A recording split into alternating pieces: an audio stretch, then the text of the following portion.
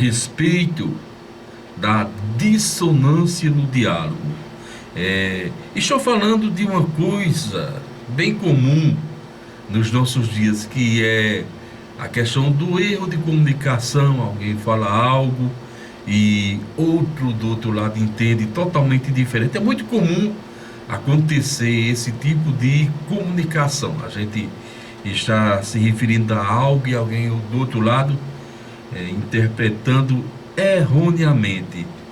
E com isso, nós trazendo agora para o exemplo espiritual, nós temos visto nos últimos dias Deus falando poderosamente à igreja, Deus esclarecendo a igreja e ao mundão em si, não só ao povo dele, o povo de Deus, mas aos pecadores em geral, falando, e as pessoas não entendem que diálogo é esse, e quando entendem, faz algo que posso chamar de birra. Birra é aquela zoada que as pessoas fazem para não se alimentar, para não tomar banho, é um tipo de repúdio. E por mais que as igrejas estejam pregando e anunciando o evangelho, o mundo, em contrapartida, está em desordem. Por que o mundo está em desordem? Porque está totalmente contrário à palavra de Deus. É incrível, a gente diz, não peque, aí é que as pessoas pecam, não se prostituam, aí é que as pessoas se prostituem. A gente, tomada pela inspiração do Espírito Santo, falamos para as pessoas não idolatrar, parece que quer dizer idolatra à vontade. Então, isso aí é o que se refere a dissonância no diálogo, falando e as pessoas entendendo errado. Interessante é que nos vem também à mente um pensamento bem comum, os antigos sabem disso. Quando alguém diz, o sino está tocando de um jeito e as pessoas estão entendendo de outro. Aqui talvez tenha acontecido algumas vezes, mas nas cidades da Europa, nas cidades que eram mais antigas, o sino da igreja, normalmente a igreja católica, que era de qualquer forma, tem sido mais antiga do que a igreja evangélica, se bem que os crentes são os primórdios da igreja, vem desde o princípio, mas em um certo tempo era uma só igreja, então o que predominava era a igreja católica apostólica romana, estava ali os cristãos em uma só lei. Depois, com as questões das bulas papais, das inquisições e de outros fatores que corromperam, aí houve essa divisão, que não é o alvo do nosso diálogo nesse dia. Mas sempre naquela cidade existia um toque dizendo que a cidade estava sendo atacada, existia um toque no sino dizendo que vinham enchentes, existia um toque dizendo que existia chuva, existia ali também o toque chamando para a missa daquelas épocas. Então, para cada tipo de evento nas cidades, especialmente a Europa antiga, o sino tocava de uma maneira. E pegando esse exemplo histórico, nós temos visto os sinos, os atalaias de Deus, os pregadores de Deus, tocando de um jeito, falando de um jeito, e as pessoas entendendo totalmente diferente. Seria a mesma coisa de daquele toque que ia haver uma grande enchente na cidade e as pessoas se arrumarem para ir para a missa, certamente iriam morrer pelo caminho. Então, baseado nisso, a palavra de Deus, que é antempo, é ontem, hoje, amanhã, eternamente, ela dá um grande exemplo de distorcer os sinais, de desmoldar o que a palavra de Deus diz, através das pessoas, interpretando erroneamente. No livro, na primeira epístola de Paulo aos Coríntios, capítulo 14, versículo 8, nós temos uma citação que diz: porque se a trombeta der sonido incerto, quem se preparará para a batalha? O que a Bíblia quer dizer? Quem já se viu ao exército, ainda hoje é assim. Existe também aquele toque de levantar, existe aquele toque de avançar no campo de batalha, existe um toque de recuar, existe um toque de ir na vanguarda, nas laterais. Para cada tipo de coisa, o trombeteiro ou corneteiro, na nossa linguagem, dá um toque diferente. E a Bíblia diz o seguinte: se a trombeta tocar errado, mandar recolher, e o exército for atacar, vai morrer. Então é isso que nós queremos mostrar nesse dia abençoado, é que Os pecadores só estão escutando aquilo que lhe dá vantagem, aquilo que lhe permite pecar. Quando diz: será bendita a tua casa, será bendito o teu manancial, será bendita a tua esposa, o teu esposo, as pessoas recebem alegremente, recebem com todo amor. Mas quando a Bíblia diz: maldito é o que idolatrar, maldito é os que colocarem alguma coisa à frente de Deus, as pessoas não escutam essa mensagem. Por quê? Porque as questões, as inclinações da carne, elas provocam um certo prazer, um certo bem-estar. E as pessoas não querem se desprender dessa zona de conforto, querem ter a Deus, mas querem continuar pecando. E no reino de Deus não funciona desse jeito. O Senhor tem falado claramente, através dos pregadores, a igreja, a emissora de rádio, internet, televisor, dos livros, tem falado abertamente a questão da eternidade dos homens. Mas esses homens estão, como falei há poucos minutos, vivendo na zona de conforto, preferindo prevaricar contra a palavra de Deus, lutar contra o Senhor e fazer o que lhe bem apraz. Querem um Deus que eles possam dominar. Na hora de pedir, diz: ah, Senhor, me abençoa, me dá saúde, me dá prosperidade, tudo bem. Mas na hora de assumir o compromisso, como a Bíblia diz, seguir a santificação, sem a qual ninguém verá a Deus, os homens não escutam essa palavra. Os homens não escutam esse evangelho. Então, muitas vezes, sem perceber, até eu posso falar, vou usar até um jargão ilícito, né, inadequado. Muitas vezes o pecador dá as costas para Deus. Às vezes não é nem mal intencionado, às vezes nem percebe o que está fazendo. Mas o Senhor Deus continua falando com cada um de nós, continua anunciando. É tanto que, se você ligar o rádio nesse momento, não vai ter só o programa Vida, não é só a Pirauá que está pregando o Evangelho. Existem muitas e muitas igrejas, Assembleia de Deus, que é a mais tradicional nesse campo missionário, nesse campo evangelístico, de radiodifusão, estão pregando o Evangelho aí pelo esse mundo afora. Muitos estão fazendo culto de rua, culto ao ar livre, culto campal, culto aberto, fora da igreja.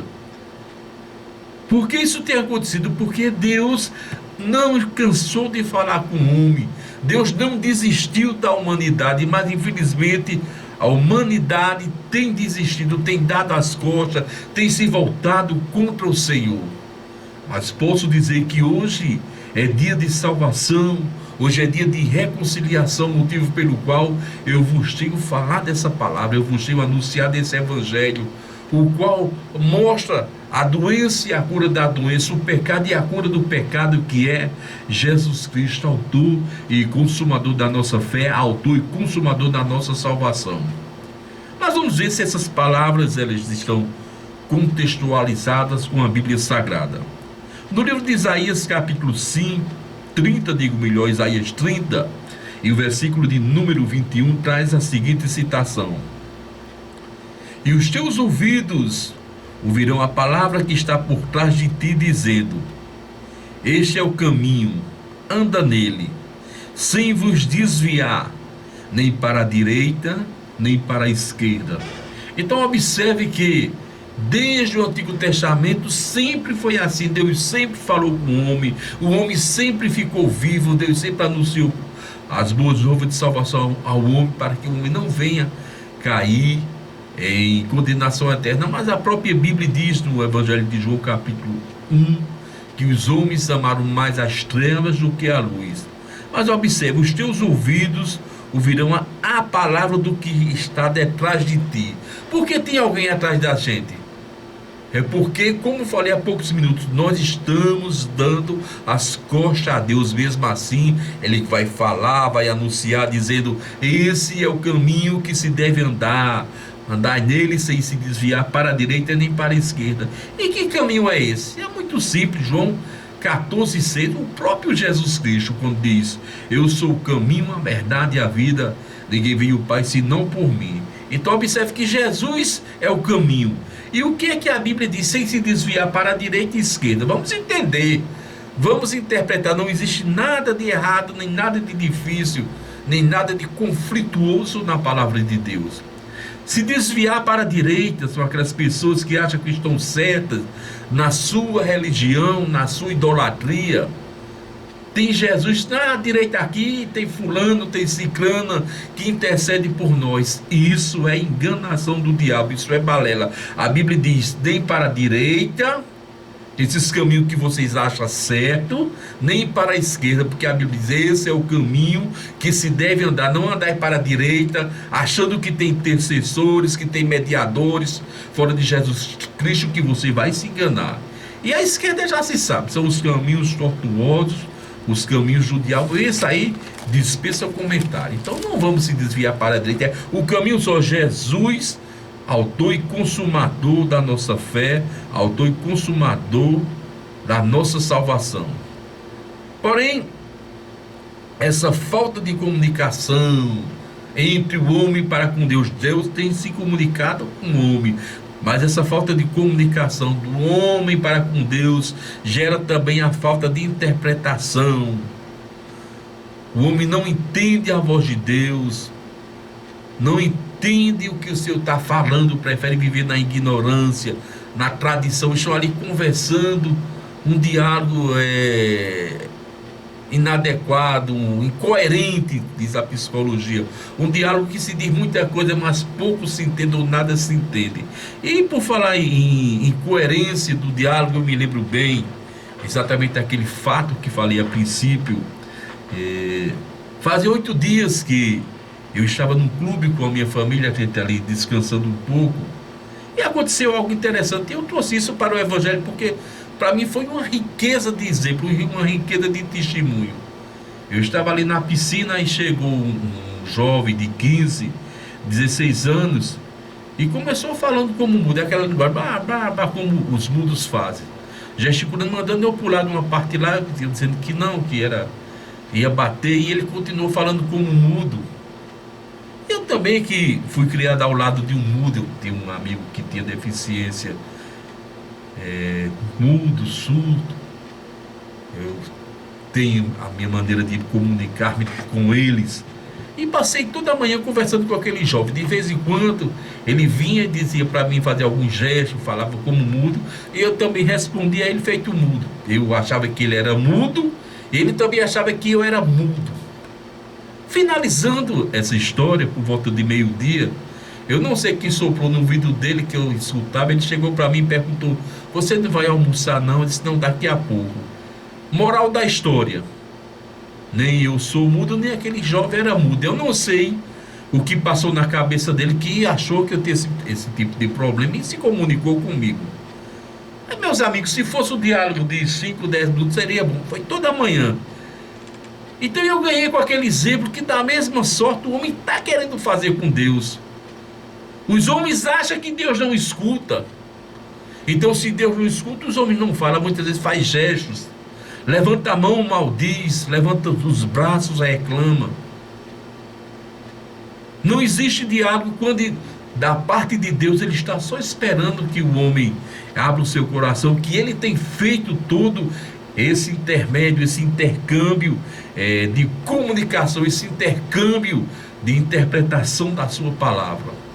Então muitas vezes a gente perde tempo, a gente passa por ridículo, porque negligencia a palavra de Deus. Eu digo com toda a autoridade: todo pecador é ridículo, todo pecador é engraçado, todo pecador só faz besteira, todo pecador só faz coisa errada, todo pecador leva o tempo irritando a Deus. Deus falou carinhosamente, Deus usando o Espírito Santo. Quer que eu prove que Deus usa o Espírito Santo na sua vida? Vou provar. Quando você faz alguma coisa errada, que alguém diz lá no seu coração, dentro da sua mão, está errado, não era para ter feito isso, isso é o Espírito de Deus na sua consciência, porque Ele quem convence da justiça e do juízo. E por falar também nessa questão de sinais, me veio também à mente, no livro do profeta Daniel, capítulo 5, veio agora assim, bem interessante, quando o rei da Babilônia, o rei Belsazar, tinha sido o sucessor do Nabucodonosor, neto dele, sucedeu o trono. Para vocês entenderem o quanto Deus fala com o homem não quer ouvir a voz de Deus, chega ao extremo. E a Bíblia diz que em um dia festivo, Belsazar reuniu 1000 nobres, 1000 pessoas palatinas, pessoas da sua corte, e fez uma festa. Até aí tudo bem. Bebeu vinho, comeu as carnes, os folguedos, tudo bem. Mas achou pouco, pegou os cálices e as taças, os talheres que o pai havia roubado do templo de Deus, Nabucodonosor, que o pai havia tomado toda aquela riqueza do santuário de Deus, roubou. E encheu de vinho e usou profanamente. Começou bebendo, fazendo arruaça, fazendo bagunça. Naquele tempo, o povo de Deus, por desobediência, Israel, por não ouvir a voz de Deus, estava totalmente preso na Babilônia. E no meio daquela orgia, no meio daquela festa, uma mão apareceu na parede e escreveu para o rei Belsazar. Daniel 5,5 diz o seguinte: mas de repente apareceu dedos de uma mão humana que começou a escrever no reboco da parede e da parte com mais iluminação do palácio real. O rei observava a mão que escrevia. Aquela mão começou a escrever, começou a citar uma frase lá, e o rei ficou agoniado. O rei havia profanado com o que era santo. Quando nós profanamos o que é santo, pegamos as coisas de Deus, colocamos no mundo. O que é a coisa de Deus? Não é o cálice, não é a taça, não. É a sua vida, o seu interior, a sua comunhão. Quando a gente blasfema, quando a gente idolatra, tem consequência. E o rei chamou encantadores, astrólogos, adivinhos, sábios, para interpretar aquela palavra. Ninguém sabia dizer, ninguém sabia nem ler. Porque o homem, quando está em pecado, ele não entende a fala de Deus, ele não entende as escritas de Deus. Entendeu por que você não entende a Bíblia? Entendeu porque você lê e não interpreta, não vive feito um crente? Porque na sua religião, na sua fé, na sua mente humana, você não tem condição de ouvir a voz de Deus.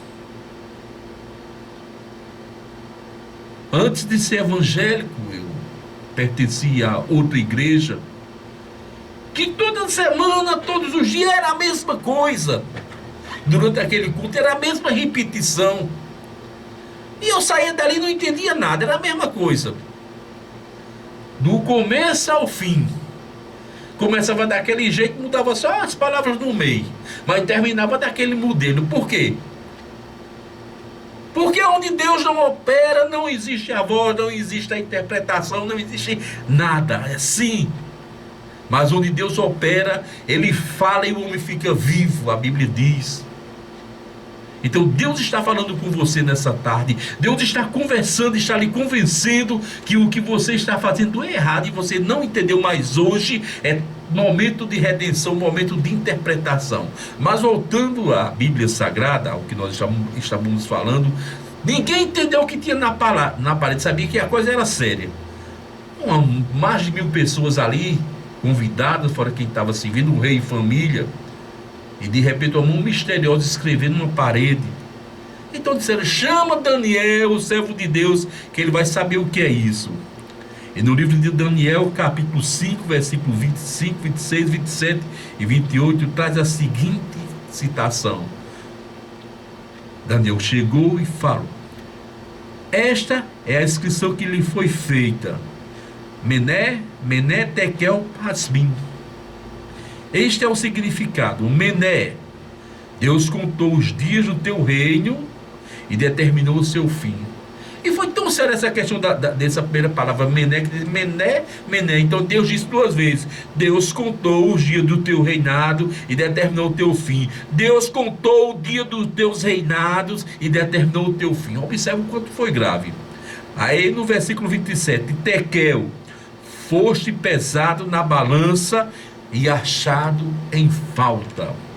E a questão do Pérez, ou Pasmi, se assim quero falar, como tem na Bíblia, quer dizer, o teu reino foi dividido entre os Medo-Persas. Medo-Persa era uma nação que tomava as outras, vamos dizer, um diabo que vivia conquistando o mundo. Uma nação assim como a China, como os Estados Unidos, que vive, como a própria Inglaterra, que vive ultrajando, vive roubando as outras nações. Mené, Mené, Tekel, Pasmim, foi medido o teu reino, tu não fosse aprovado. Então aquelas palavras que pareciam difíceis, o homem de Deus interpretou. Então as palavras que você escuta até agora, que parecem não ter sentido, que parecem não ter significado, é momento de você convocar o homem de Deus. E quem é o homem de Deus hoje? Não sou eu nem o pastor, é você mesmo. Você buscar no seu interior, vamos dizer de uma maneira figurada, um Daniel para interpretar o que está havendo na sua vida. Por quê? Foi no Antigo Testamento, hoje estamos na graça. Hoje temos livre acesso ao trono da graça de Deus. Não precisamos mais dos profetas, porque o Espírito Santo fala conosco, mas nós temos que, um introspecto, buscar no nosso interior, buscar a verdade que falta, a verdade que precisa ser reiterada na nossa vida, na nossa existência, na minha e na sua existência. Então Deus tem falado, as pessoas não estão escutando por desobediência, por negligência, por maldade. Mas Deus fala de maneira que o homem entende. Se você ainda não entendeu o Evangelho, se você não sabe quem é Jesus Cristo, se você tem buscado subterfúgio em outros santos, os outros santos são bons até demais. Não vou usar de intolerância religiosa